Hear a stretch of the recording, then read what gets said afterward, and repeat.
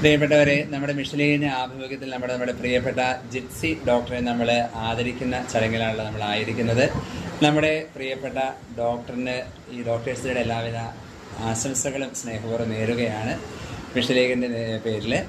ഒപ്പം തന്നെ നമ്മൾ ഈ ഒരു സമയം നമ്മുടെ പ്രിയപ്പെട്ട ജിത്സി ഡോക്ടറുമായിട്ട് ഒരു ചെറിയൊരു അഭിമുഖം കൂടി നടക്കുകയാണ്. നമുക്ക് പ്രത്യേകിച്ച് ഒരു ഡോക്ടറിനോട് നമുക്ക് ചോദിക്കേണ്ട ചില ചോദ്യങ്ങൾ, പ്രത്യേകിച്ച് ഈ മഴക്കാലത്തിൻ്റെ സാഹചര്യം നമ്മൾ അറിഞ്ഞിരിക്കേണ്ട കുറച്ച് കാര്യങ്ങളെക്കുറിച്ച് നമ്മൾ ഡോക്ടറിനോട് സംസാരിക്കാൻ പോവുകയാണ്. നിങ്ങൾക്ക് ഈ സമയത്ത് ചോദിക്കാനുള്ള ചോദ്യങ്ങൾ പ്രിയപ്പെട്ട ഡോക്ടറിനോട് ചോദിക്കാവുന്നതാണ്. ഇത് മഴക്കാലമൊക്കെയാണല്ലോ. മഴക്കാലം പൊതുവെ രോഗങ്ങളുടെ കാലം എന്നാണ് അറിയപ്പെടുന്നത്. അതിനെ പ്രതിരോധിക്കാൻ പറ്റിയ എന്തെങ്കിലും വഴികളുണ്ടോ? തീർച്ചയായിട്ടും ആയുർവേദത്തിൽ പ്രത്യേകിച്ച് രോഗങ്ങൾ മാത്രമല്ല നമ്മൾ ചികിത്സിക്കുന്നത്, നമ്മുടെ ജീവിത അവസ്ഥകളെയും കൂടിയാണ്. കാരണം വാതം, പിത്ത, കഫപ്രകൃതിയിലാണ് നമ്മുടെ ആയുർവേദ പ്രകാരം ശരീരത്തിൻ്റെ ദോഷങ്ങളെ പറയുന്നത്. അപ്പം ഈ മഴക്കാലത്ത് കഫം വർദ്ധിക്കുന്ന സമയമാണ്. ആ സമയത്താണ് കൂടുതൽ അസുഖങ്ങൾ ഉണ്ടാകുന്നത്. അപ്പോൾ നമ്മൾ രോഗത്തെ മാത്രമല്ല, രോഗത്തെ പ്രതിരോധിക്കാൻ വേണ്ടി ശരീരത്തെ സജ്ജമാക്കാനുള്ള ചികിത്സാവിധികളും കൂടെ ആയുർവേദത്തിലുണ്ട്. ഡോക്ടറിനോട് മറ്റൊരു സംശയം ഞങ്ങൾക്ക് ചോദിക്കാൻ വേണ്ടിയിട്ടുള്ളത്, പൊതുവെ ആരോഗ്യ പ്രശ്നങ്ങളൊക്കെ വരുമ്പോൾ ആളുകൾ അലോപ്പതി ചികിത്സയിലേക്കാണ് കൂടുതൽ പോകുന്നത്. അപ്പോൾ ഈ സാഹചര്യത്തിൽ രണ്ട് ചോദ്യങ്ങൾ. ഒന്നാമത്തേത്, ഡോക്ടറെ ആയുർവേദത്തിൻ്റെ ഫീൽഡ് തിരഞ്ഞെടുക്കാനുള്ള കാരണം.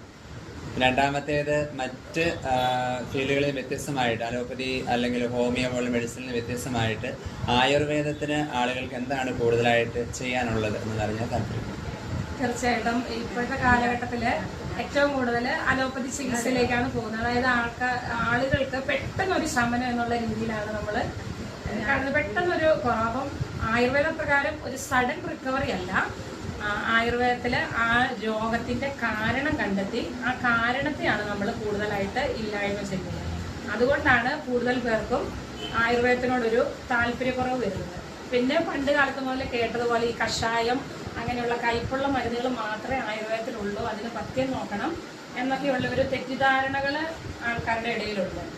ഇപ്പോൾ പിന്നെ ആയുർവേദത്തിൽ ഈ കഷായം മാത്രമല്ല, ഗുളിക രൂപത്തിലും കഴിക്കാൻ രുചിയുള്ള ലേഹ്യങ്ങളും ഒക്കെ ആയുർവേദത്തിലുണ്ട്. അതൊന്നും തിരിച്ചറിയാതെയാണ് കൂടുതൽ പേരും ആയുർവേദത്തെ ഉപേക്ഷിക്കുന്നത്.